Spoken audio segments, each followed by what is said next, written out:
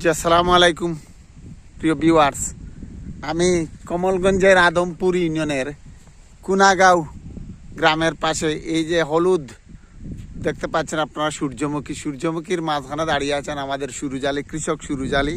উনি দীর্ঘদিন ধরে কৃষিকাজের সাথে জড়িত, কৃষি কাজ করতেছেন এবং কৃষি কাজটা উনি খুব মন দিয়ে করেন।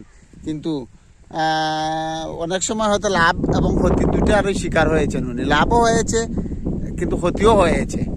তো আমরা আজকে সূর্যমুখী চাষ দেখতে আসছিলাম।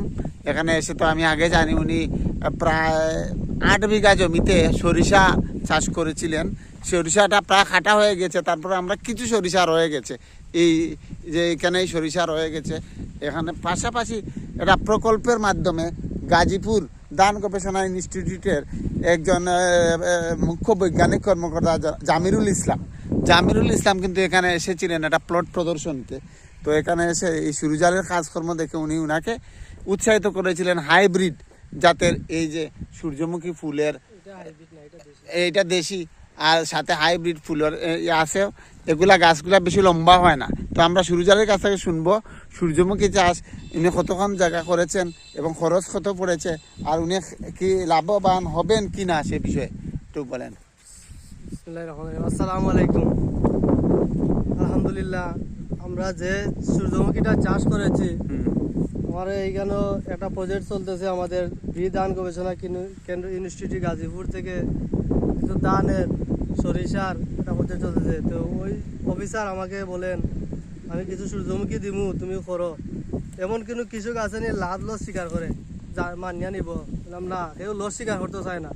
আমারে বলেন তুমি করো, আমরা কিছু সূর্যমুখীর বীজ দেই। তো আমি আনছি, আনিয়া করছি। আল্লাহর রকম আগে অনেকজনে ফলাইতো দেখলাম তুরা, কিন্তু গাছ অনেক লম্বা হইয়া ফুল ভাঙ্গিয়া পড়ে যায়, এই কারণে মানুষে করে না। তো আমি করছি আল্লাহর রকম, আমার এমন একটা বীজ দিছো, সেটা গাছ অনেক বাড়তি খাটো, আচ্ছা, আর ফুলটা অনেক বড়। এই হাইব্রিডের তুলনায় এটার ফুল বড় আর গাছ দেশি। আচ্ছা, এটা কয় মাস আগে লাগাইছেন আপনি এছাড়াটা বীজটা? 3 মাসের কাছাকাছি হয়ে যায়।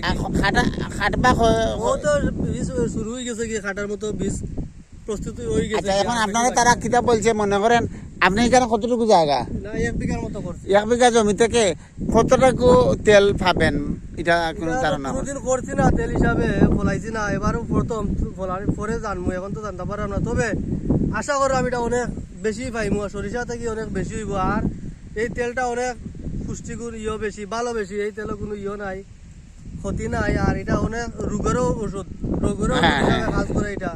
এটা সরিষা দেশের বাংলাদেশের সব তেল থেকে সূর্যমুখীর তেলটা শুনছি ভালো বেশি, বিভিন্ন রোগের কাজ করে।